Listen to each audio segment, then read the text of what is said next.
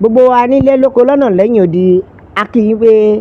etí tẹ̀ fi ń gbọ́ wa kò ní di o, bẹ́ẹ̀ ojú tẹ̀ sì fi ń rí wa kò ní fọ́. Àwa la ó máa wá, ẹ̀yin náà la ó máa bá o. Ẹ wo gbogbo ẹ̀yin tẹ́ ń béèrè Gumi pó tó jọ́ mẹ́ta nísìnyí Gumi ti jáde o. Gumi ti jáde, ó ti sọ̀rọ̀. Kódà lọ́wọ́ yìí Gumi ti sọ òkú ọ̀rọ̀ sí àwọn olówó, àwọn tó ń donate owó fún àwọn eléré bọ́ọ̀lù àfẹsẹ̀gbá, ìyẹn àwọn footballers àti àwọn tó ń náwó yàfùnyàfùn. Gumi send message to rich people who donate money to footballers and spend on lavish ceremonies. Gbogbo ẹ̀yin tẹ́ ń náwó yàfùnyàfùn, Gumi ní ẹ̀ ń waste owó ni o. Bẹ́ẹ̀ ni Gumi ní àpàní ó lẹ̀ ń waste owó. Ó ní ẹ̀ channel owó síbi tó jẹ́ kẹ́ ẹ channel owó sí. Ohun tó jẹ́ kẹ́ ẹ rán, tó jẹ́ kẹ́ ẹ fowó ṣe, Gumi ní ẹ̀ fowó ṣe o. Ó ní ohun tí ò necessary, ohun tí ò ṣe é gbọ́ sétí lẹ̀ ń kówó lé lórí. Ó ní ohun tí ò ṣe é gbọ́ sétí lẹ̀ ń kówó lé lórí. Bẹ́ẹ̀ ó wá tẹ̀síwájú. Gumi sọ̀rọ̀, ó ní ọ̀pọ̀lọpọ̀ àwọn ọ̀dọ́, àwọn ọmọ léńjeléńje, àwọn ọmọ kéékèèké tó ń rìn kiri káàkiri àdúgbò nílùú, pàápàá jùlọ ó tún ní àwọn ọmọ àlìmọ́jìrì. Ó ní tí wọ́n ń rìn kiri káàkiri yẹn, ó ní ẹ wá wò ó, tí ó bá jẹ́ wípé wọ́n ní ìmọ̀ ẹ̀kọ́ tó péye ni, ó ló ṣeé ṣe ká má bára wa ní ipò tí a bára wa lórílẹ̀‐èdè Nàìjíríà yìí. Ó ní tó bá jẹ́ pé ó ṣeé ṣe, gbogbo àwọn tí wọn ò ní ẹ̀kọ́ tó yanrantí, àwọn ọmọ kéékèèké tán láǹfààní àti kàwé, Gumi ní kẹ́tì ẹ̀ mú wọn gan, kẹ́tì ẹ̀ máa rán wọn níwèé tàbí kẹ́ ẹ dá iléèwé ẹ̀kọ́ ọ̀fẹ́ sílẹ̀. Wọ́n ní ṣe ẹ mọ̀ pé owó yín á nípa gidi, ṣùgbọ́n irọ́ ò ní nǹkan míì lẹ̀ ń kówó lé lórí. Bẹ́ẹ̀ ni o, ẹ máa gbọ́. When asked if the alimentary system and the large numbers of children fending on themselves are contributed to insecurity, ìbéèrè tó bí nìyẹn o, pé àwọn ọmọ kéékèèké gan ṣé kò ní pa àwọn gan dákún ṣòro, àbí ṣé àwọn ọmọ tí jẹ́ pé wọn ò lẹ́kọ̀ọ́ ọ̀fẹ́, wọn ò ní ìmọ̀ bó ṣe ń dẹ̀gbọ́n tó jẹ́ pé fúnra wọn ló ń wá jíjẹ mímu fúnra wọn, ṣé ẹ mọ̀ pé ẹ̀gbin kẹ́gbin ló máa fi lọ̀ wọ́n, àṣẹ̀yìnwá àṣẹ̀yìnbọ̀ wọ́n lè kó wọn láti kékeré. Kí ilẹ̀ wò pa àwọn agbésùnmọ̀mí yẹn wọ́n fi ń pọ̀ sí níye. Wọn kò ṣe pé bóyá wọ́n kàn déédé kó wọn láti ìgbà tó dàgbà, ìgbà kékeré tó bá ti rí pé àwọn kéékèèké yìí wọ́n rìn kiri, àwọn ọmọ àlìmọ́jìrì rìn kiri, wọn ò nílé ẹ̀kọ́ gidi, wọn ò ní ìmọ̀ gidi, wọ́n á fi owó kéékèèké tù wọ́n. Wọ́n bẹ̀rẹ̀ sí ní gbébọn lé wọn lọ́wọ́ kó máa yìnbọn káàkiri wípé iye èèyàn tó bá pa lọ́ máa fi rówó. Ṣé ẹ mọ̀ pé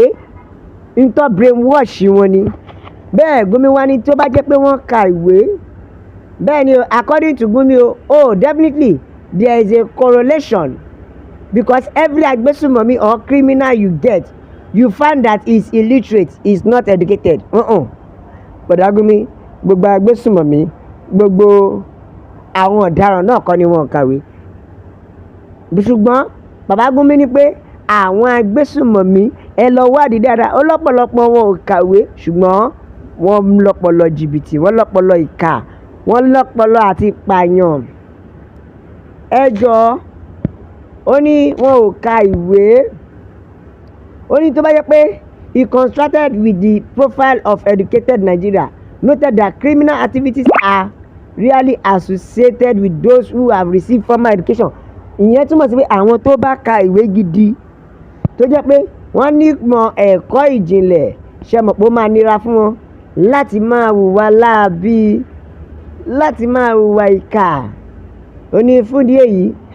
ṣe rí i pé irú nǹkan báyìí náà ó contribute sí insecurity lórílẹ̀‐èdè Nàìjíríà. Ó ló contribute sí o. Ẹ wo, ẹ jẹ́ ká àtẹ̀jíṣẹ́ àwọn ènìyàn wa jọ, ẹ jẹ́ a gbọ́ ohun tí àwọn ènìyàn wa sọ. Ẹ gbọ́, ṣé n tí Gumi sọ ṣó ráìtì? Ó ní gbogbo agbésùnmọ̀mí tó wá di ọ̀daràn sìn oní ọ̀pọ̀lọpọ̀ wọn ò kàwé fún ìdí èyí àrà tó bá dẹ̀ wù wọ́n ni wọ́n á máa dá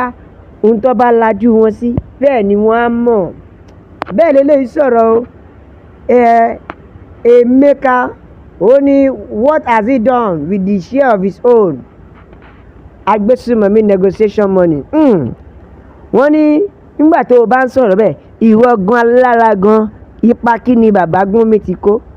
wọ́n ní ó ṣeé ṣe àbí gbogbo owó negotiation tó ń gbà ṣé kò yẹ kó òun kan ti fi kọ́ àwọn ọmọ àlìmọ́jìrì náà díẹ̀ kó máa rán wọn nílé ìwé àbí orílẹ̀-èdè is for everybody kò ṣe fẹ́yàn kan táwọn kan ò bá ṣe ìwọ náà dẹ̀ ṣe tó túmọ̀ sí wípé ìyẹn ò kì í ṣe excuse fún àwọn kan